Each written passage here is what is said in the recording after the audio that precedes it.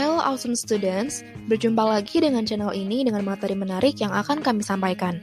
Materi pada video kali ini merupakan materi untuk mata pelajaran simulasi dan komunikasi digital. Jadi, kali ini kita akan membahas materi tentang peta mindah. Peta mindah atau yang akrab kita sebut sebagai mind mapping merupakan salah satu cara untuk memvisualkan proses berpikir. Nah, peta mindah ini dibuat oleh Tony Buzan pada tahun 1974 berdasarkan pada cara kerja otak kita dalam menyimpan informasi.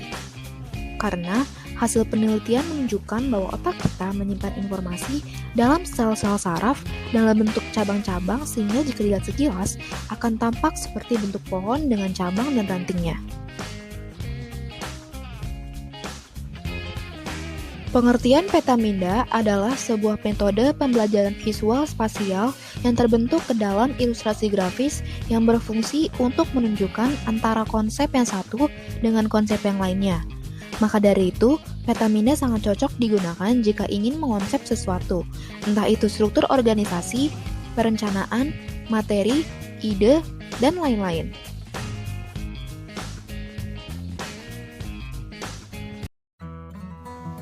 Peta mindah memiliki beberapa manfaat.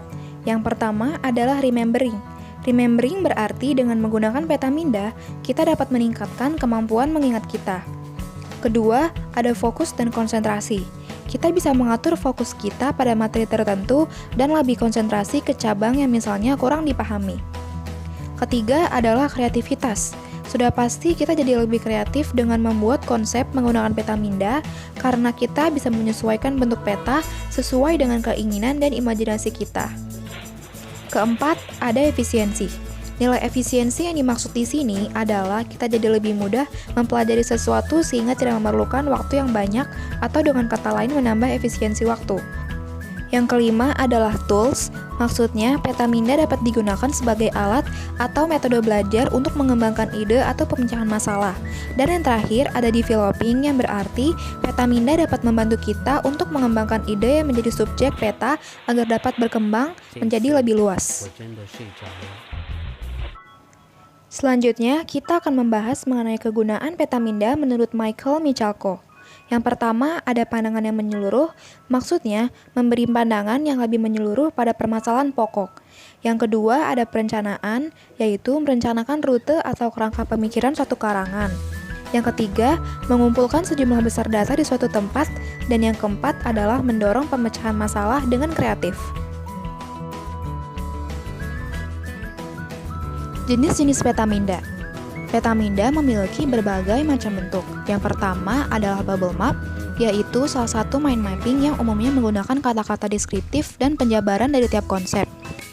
Lalu ada double bubble map yang digunakan untuk membandingkan dua hal pokok. Map ini terdiri dari dua buah bubble maps. Dua lingkaran besar mewakili pokok penting yang akan dibandingkan.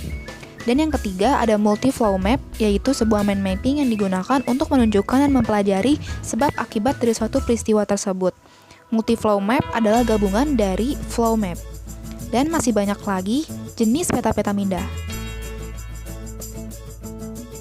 Dari banyaknya manfaat dan keuntungan dari peta mindah, tentunya ada kelemahannya.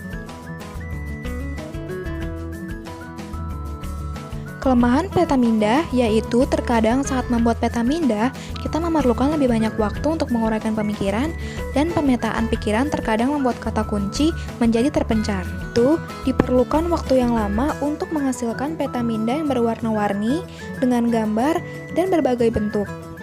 Diperlukan juga penguasaan topik untuk menghasilkan peta mindah yang menarik. Kita perlu memiliki kemahiran dalam mengurai ide pokok agar dapat memahami perkara yang ingin disampaikan.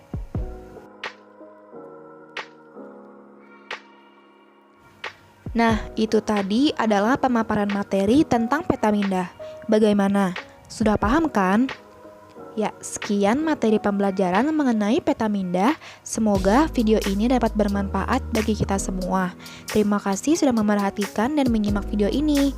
Sampai jumpa di video pembelajaran dengan materi menarik lainnya.